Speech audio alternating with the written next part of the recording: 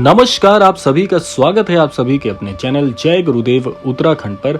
आशा करते हैं कि आप और आपके परिजन सभी स्वस्थ होंगे। इसी कामना के साथ आइए प्रारंभ करते हैं आज का ये दिव्य अध्याय। आज का ये दिव्य अध्याय इतना महत्वपूर्ण होने वाला है कि आपके मन में चल रहे सबसे ज्यादा पूछे जाने वाले प्रश्न का प्रति उत्तर तो आपको मिलेगा ही, लेकिन साथ साथ में मिलेगी वो गहन जानकारी जिसको समझकर आप आज के इस क्रमांक से जीवन में सबसे ज्यादा लाभ अर्जित कर सकते हैं।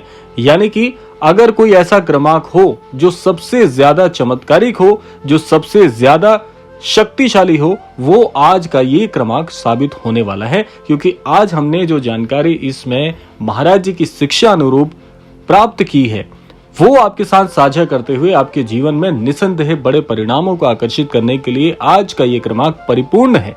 तो इसीलिए बिना देर के हुए प्रारंभ करते हैं आज का ये दिव्य अध्याय। और आज के इस क्रमांक को बिल्कुल भी छोड़ने की गलती मत कीजिएगा। एक एक पंक्ति आपके लिए वरदान साबित हो सकती है। तो आइए बढ़ते हैं आज के इस दिव्य अध्याय की ओर।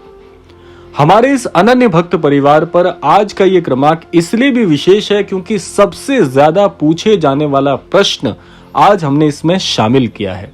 रोजाना हम आपके लिए एक ऐसा महत्वपूर्ण, सबसे ज्यादा चर्चित प्रश्न लेकर आते हैं जिसका उत्तर बहुत ज्यादा प्राकृतिक और बहुत ही ज्यादा शुद्ध होता है, जिससे आपको उस नियम को अपनाने में समय नहीं लगता और मन में संशय नहीं रहता। तो आज जिस प्रश्न को हमने लिया है वो प्रश्न सबसे ज्यादा पूछा गया प्रश्न है और इसका उत्तर भी हम आपको इतना ही शक्तिशाली वरदान स्वरूप प्रदान करेंगे। प्रश्न ये आता है कि हम आध्यात्म से जुड़ने के लिए प्रयासरत हैं, आध्यात्म की ओर बढ़ना चाहते हैं, लेकिन हमारे इष्ट अलग अलग होते हैं। जैसे बहुत से लोग शिव जी की पूजा करते हैं, यानी शिव जी को अपना बहुत ही विशेष आराध्य मानते हैं। ऐसे ही बहुत से लोग प्रभु श्री राम जी में आस्था रखते हैं, बहुत से अनन्य भक्त प्रभु श्री हनुमान जी में आस्था रखते हैं, बहुत से अनन्य भक्त प्रभु श्री कृष्ण में अपनी आस्था रखते हैं और बहुत सारे अलग अलग विश्वास और मत के अनुसार अपने अपने इष्ट को लोग चुनते हैं, जो कि बुरी बात नहीं है। लेकिन सबसे अद्भुत बात महाराज जी ने इसमें कही है कि आपके इष्ट कोई भी हो सकते हैं, यानी कि आपकी मान्यताएं किसी पर भी हो सकती हैं, लेकिन आपका आध्यात्मिक होना और आपका अपने धर्म के साथ जुड़ना सबसे ज्यादा महत्वपूर्ण है। ये ठीक ऐसे ही है जैसे अगर हम इसको बहुत ही व्यवहारिक तरीके से समझना चाहें उदाहरण स्वरूप में, तो आप इसको ऐसे समझ सकते हैं कि ईश्वर जो ऊर्जा है वो एक केंद्र है। ईश्वर की जो ऊर्जा है वो केंद्र है और उससे विभिन्न जो किरणें हैं, यानी कि जो विभिन्न किरण धाराएं हैं, वो बहुत सारी हैं।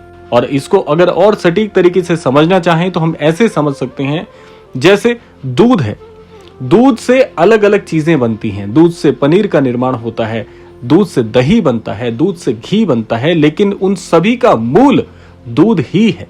उसी प्रकार से परमात्मा एक ही है, उनके नाम अलग अलग हैं। जैसे कि हम उस मूल सिद्धांत को, उस मूल ऊर्जा केंद्र है, उसको नकारात्मक नहीं कर सकते, उसे नकार नहीं सकते कि उसकी विद्यमानता नहीं है, क्योंकि उसी में से ये सब कुछ बना है। तो परमात्मा के नाम अलग अलग हो सकते हैं, लेकिन उनका केंद्र और ईश्वरी शक्तियों का जो पुंज है वो एक ही है। तो अगर आप ये समझ गए तो अब जिस बात पर हम आपका ध्यान आकर्षित करना चाहते हैं उसको समझने में आसानी होगी। यानी कि अब आते हैं उस प्रत्यक्ष प्रश्न की ओर जो हमसे पूछा जाता है। प्रश्न है कि हम कौन से ईश्वर का नाम जाप करें जो हमारे लिए सबसे ज्यादा शक्तिशाली हो। बहुत ही शुद्ध और बहुत ही चर्चित ये प्रश्न है कि कौन सा नाम जाप करें, कौन से नाम जाप को करें जो सबसे ज्यादा शक्तिशाली हो। अब इस पर महाराज जी ने क्या हमें शिक्षा दी है। देखिए, महाराज जी ने हमेशा कहा कि प्रभु श्री राम जी के नाम का जाप करो, लेकिन यहां पर एक विरोधाभास आ जाता है। विरोधाभास ये आता है कि हमारी आस्था तो प्रभु श्री हनुमान जी पर है, हमारी आस्था तो प्रभु श्री कृष्ण पर है। अगर प्रभु श्री राम जी के नाम का जाप सबसे शक्तिशाली है तो हमारी जो मान्यता है, हम जिस इष्ट को सबसे ज्यादा मानते हैं, हम जिनको अपना आराध्य कहते हैं, क्या उनके नाम जाप से प्रभु श्री राम जी के नाम जाप करने के बराबर या उससे ज्यादा फल नहीं मिल सकता। बहुत ही समझदारी वाला ये प्रश्न है, बहुत ही गहन इसका उत्तर है, बहुत ही गहन ये प्रश्न है। आइए जानते हैं इस विरोधाभास वाली स्थिति में कैसे इस चीज को सरल बनाएं। यहाँ पर एक प्रसंग मैं आपके साथ साझा करना चाहता हूँ जो कि महाराज जी को लेकर है। एक बार महाराज जी प्रभु श्री कैंची धाम में विराजमान थे और महाराज जी के बहुत सारे असंख्य अनन्य भक्तों का तांता लगा हुआ था। वहां पर एक अनन्य भक्त ने महाराज जी से कुछ इसी संदर्भ में प्रश्न पूछा कि महाराज जी, मैं तो भोलेनाथ जी में आस्था रखता हूँ, उन्हें अपना आराध्य मानता हूँ, लेकिन आपसे मिलने के बाद प्रतीत होता है कि श्री हनुमान जी को मुझे अपना आराध्य बना लेना चाहिए। बहुत ही ये प्रश्न जो था एक अनन्य भक्त के हृदय की बात थी, क्योंकि ऐसा हो सकता है कि उस अनन्य भक्त को लगा होगा प्रभु श्री हनुमान जी की अगर हम पूजा अर्चना करें तो जल्दी फल मिल जाएगा, क्योंकि हर व्यक्ति की अपनी अपनी मानसिकता होती है। तो महाराज जी बहुत ही सरल स्वभाव से इस उत्तर को प्रदान करते हैं। महाराज जी वही अपनी चित परिचित मुस्कान से उस अनन्य भक्त की ओर देखते हैं और महाराज जी उससे यही कहते हैं कि बेटा, तुम्हें केवल धर्म के मार्ग पर चलना है, आध्यात्मिक प्रवृत्ति को अपनाना है, बाकी तुम जिनका भी नाम लोगे वो तुम्हारी मनोकामना पूर्ण करेंगे। तो ये सरल सी बात थी। उस अनन्य भक्त को पहले तो समझ में नहीं आया, लेकिन फिर महाराज जी ने कहा कि तुम जिस इष्ट को मानते हो उसे सच्चे हृदय से मानना शुरू कर दो, तुम्हें हमेशा उसका सदफल ही प्राप्त होगा। तो उससे वो बात अगर महाराज जी ने उस अनन्य भक्त को बताई है तो इस छोटी सी बात से हमें क्या सीख मिलती है, आइए इसको थोड़ा गहनता से समझते हैं। यहां तक जो बात हुई है ये तो आप भी समझ गए होंगे कि हाँ, जिस इष्ट को मानते हैं उस पर अपनी श्रद्धा अटूट रखें, आपको फल जरूर मिलेंगे। लेकिन बात ये आती है कि प्रभु श्री राम जी के नाम का जाप करें या अपने आराध्य या अपने इष्ट के नाम का जाप करें, तो दोनों में भिन्नताएं क्या है। लेकिन यहाँ पर हम आपका ध्यान उसी पहले वाली बात पर आकर्षित करने के लिए कहेंगे, क्योंकि जो बात हमने प्रारंभ में आपको समझाई थी कि जो परमात्मा की शक्ति है, जो परमात्मा की ऊर्जा का पुंज है, वो तो एक ही है। उसी में से ये सारी दिव्य धाराएं, उसमें से ही ये किरण धाराएं निकली हैं जो अलग अलग इष्ट हैं। जैसे किसी युग में प्रभु श्री कृष्ण का जन्म हुआ, उन्होंने लीलाएं की, फिर अगले युग में कोई और अवतार भगवान के हुए, फिर प्रभु श्री राम जी आए। ऐसे ही ये अवतार दर अवतार प्रभु के जो हैं वो अलग अलग युगों में आए। और जिस समय आपका एक चीज पर और ध्यान हम आकर्षित करना चाहेंगे कि जिस भी युग में धर्म को हानि पहुंची, प्रभु ने अवतार लेकर धर्म की दोबारा से स्थापना करने के लिए अलग अलग अवतार लिए। हालांकि वो ईश्वर की जो पुंज हैं वो तो एक ही हैं।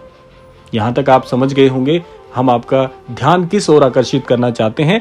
तो आप चाहे प्रभु श्री राम कहें, चाहे प्रभु श्री कृष्ण कहें, चाहे प्रभु श्री हनुमान कहें, चाहे प्रभु आप शिव शंकर कहें, सारे नाम और सारा जाप आपका एक ही तरफ आकर्षित होता है, जो है परमात्मा की दिव्य शक्ति। आप किसी भी नाम से पुकारें, किसी भी नाम से ईश्वर को पुकारें, वो आपकी पुकार जरूर सुनते हैं। लेकिन भिन्नता सिर्फ एक चीज की है कि क्या आप उन्हें सच्चे हृदय से पुकारते हैं या नहीं, आपका भाव कैसा है। अगर आपका भाव शुद्ध और सच्चा होगा तो आपकी प्रार्थनाएं सही जगह पहुंचेंगी। चाहे आप राम जी का नाम लें, चाहे कृष्ण जी का या आप शिव शंकर का, हर जगह सच्ची आस्था ही आपकी देखी जाती है। आप कितने शुद्ध हृदय से हैं, कितने मन से पुकार लगाते हैं, आपकी आस्था का भाव कैसा है, क्योंकि भाव ही ईश्वर है और ईश्वर में ही व्यक्ति की जो आस्था है वो विराजमान होती है। आपकी आस्था जितनी प्रगाढ़ होगी, आपका हृदय जितना कोमल होगा, आपकी भक्ति भाव जितनी ज्यादा शुद्ध होगी, उतनी जल्दी आप किसी भी इष्ट को पुकारें, किसी भी आराध्य को पुकारें, प्रभु तो एक ही हैं। उनके नाम अलग अलग हो सकते हैं, अलग अलग युग में उनके अलग अलग अवतार हो सकते हैं, लेकिन शक्तियां तो एक ही हैं। वही अंश ईश्वर के जो दिव्य पुंज में विराजित है, वही अंश आपके अंदर विद्यमान है। उसी अंश से अगर उस अंश को पुकारेंगे, यानी कि जैसा आप उदाहरण समझ सकते हैं कि विभिन्न स्थानों में अलग अलग जलधाराएं बहती हैं, लेकिन उनका मूल स्रोत जब देखा जाता है तो मूल स्रोत एक जगह से निकलकर उसी मूल भाव में, यानी कि उसी समुद्र में समाहित हो जाता है जो उसका मूल अंश था। यानी कि चाहे जलधाराएं कहीं से बह रही हों, लेकिन उनकी मंजिल समुद्र में जाना ही होता है।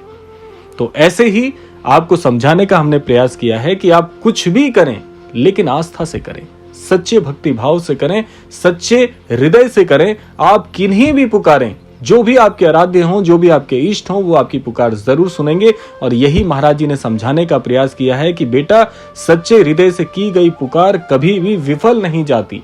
इसीलिए महाराज जी कहते हैं कि ये जो विश्वास का भाव है, ये इतना प्रगाढ़ कर लो कि आपके हृदय में और ईश्वर के हृदय में एक ही वो पुंज हो जो जागृत हो, और पता चल जाए कि कौन सा अनन्य भक्त मुझे कब याद कर रहा है।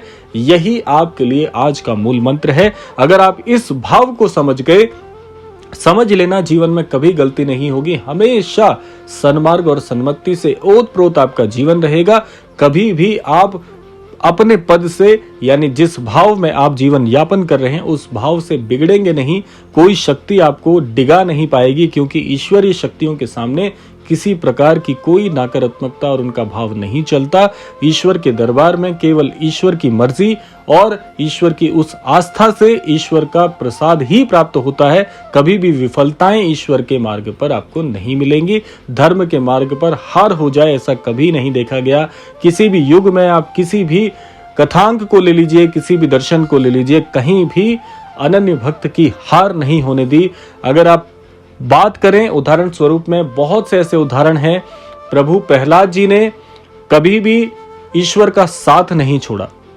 हिरण्याकश्यप ने कई बार उन्हें अलग अलग यातनाएं और प्रताड़ना देने की कोशिश करी, लेकिन ईश्वर का हाथ नहीं छूटने की वजह से प्रहलाद जी को कभी भी उनका बाल बांका नहीं हुआ, क्योंकि ईश्वर पर आस्था इतनी प्रगाढ़ थी उनकी। ऐसे ही आप किसी भी दर्शन में ले लीजिए, किसी भी युग में चले जाइए, आपको ऐसे अनन्य भक्त हर युग में, हर जगह पर और हर धर्म के साथ मिल जाएंगे कि कभी भी ईश्वर का हाथ जिसने थामने की कोशिश की हो, उसके जीवन में कष्ट नहीं आया होगा। तो आज भी इस कलयुग में आप भी ईश्वर के उस दर्शन को, उनकी भक्ति को प्राप्त कर सकते हैं। सच्चे हृदय से की गई प्रार्थनाएं कभी विफल नहीं होती। आजमा कर देख लीजिएगा। सबसे अद्भुत साधन है महाराज जी के चरण कमलों में आप अपना शीश नवाइए, समर्पित भाव को प्राप्त करिए, समर्पण के साथ महाराज जी की शिक्षा दीक्षा के साथ आगे बढ़िए। सब कुछ आपको बड़ी सरलता से, सुलभता से होता हुआ प्रतीत होगा और अंततः आपको लगेगा कि नहीं, जीवन अब जाकर सार्थक हुआ है। तो ये था आज का अद्भुत क्रमांक। आशा करते हैं क्रमांक आप सबके लिए फलदायी होगा। इसी कामना के साथ समय आता है विदा लेने का। यही कहना चाहेंगे कि आप सभी को महाराज जी के आशीर्वाद से सन्मति और सद्बुद्धि की प्राप्ति हो और इस संपूर्ण सृष्टि का, इस संपूर्ण लोक का कल्याण हो। इसी कामना के साथ विदा लेते हैं। मिलते हैं अगले क्रमांक में। तब तक के लिए जय श्री राम, जय गुरुदेव, जय उत्तराखंड।